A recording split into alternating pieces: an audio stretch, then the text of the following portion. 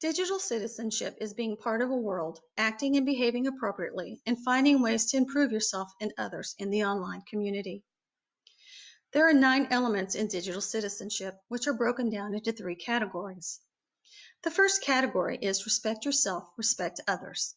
And in this category, there are 3 elements, which are etiquette, which means to behave and speak nicely when communicating with others. Access, which discusses the access that a person has and that everyone should have. And third, law says that everyone should be aware of the laws of digital citizenship because it is ever changing. The second category is educate yourself, connect with others. In this category, there are also 3 elements. Communication, which just means that you need to be aware of how you communicate online and to make smart decisions.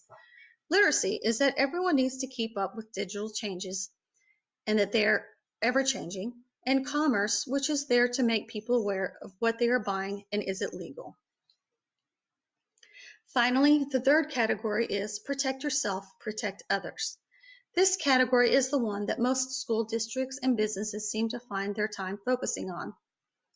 The elements in this category are rights and responsibilities, meaning that everyone needs to be responsible for what they put online. Safety, keep all your information about yourself safe. And finally, health and welfare says that a person can be physically harmed by the way he sits or holds his hands on the keyboard and can harm himself psychologically. These categories and elements interrelate with each other because they are just reworded and broken down farther. If a person is aware of laws, then he is also aware of etiquette, communication, and safety. Texting and smartphones have impacted communication deeply over the past few decades. People now have the capabilities of being connected with their families and friends all day, every day, all over the world. We pick up our smartphones and let everyone know what we are doing, who we are with, what our pets are doing, and even where we are through some form of social media. Because of this, we now have to be aware of digital citizenship, especially when it comes to communication, and that everything we say or do online will leave a digital imprint and can affect our futures. As educators, we have taught our students about safety when they're online. We have taught them protect their passwords, not to put personal information out such as their addresses, not to post pictures of themselves in anything other than what is considered school appropriate. But have we really taught them how to communicate in an era where everything is recorded?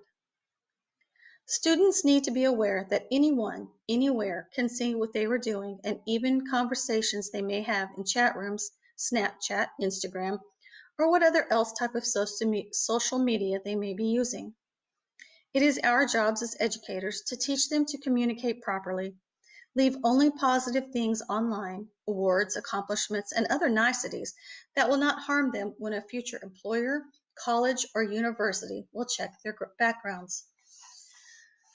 Students also have to make sure that none of their friends post anything negative about them and learn to Google themselves regularly to ensure that they only have positive imprints out there and to understand that no one wants to see anything that will have a negative impact on them. Communication can also be done and seen in a negative sense when it comes to people and how they communicate with others online. They can harass, they can spread rumors, they flame, they message, and impersonate other people just to be mean.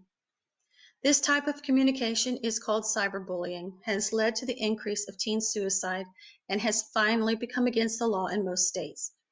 Regardless of age, people will be prosecuted. To put an end to this, we have got to find ways to teach our youth empathy, a trait that has become lost in today's society because people do not communicate face-to-face as much any longer. Created using Powtoon.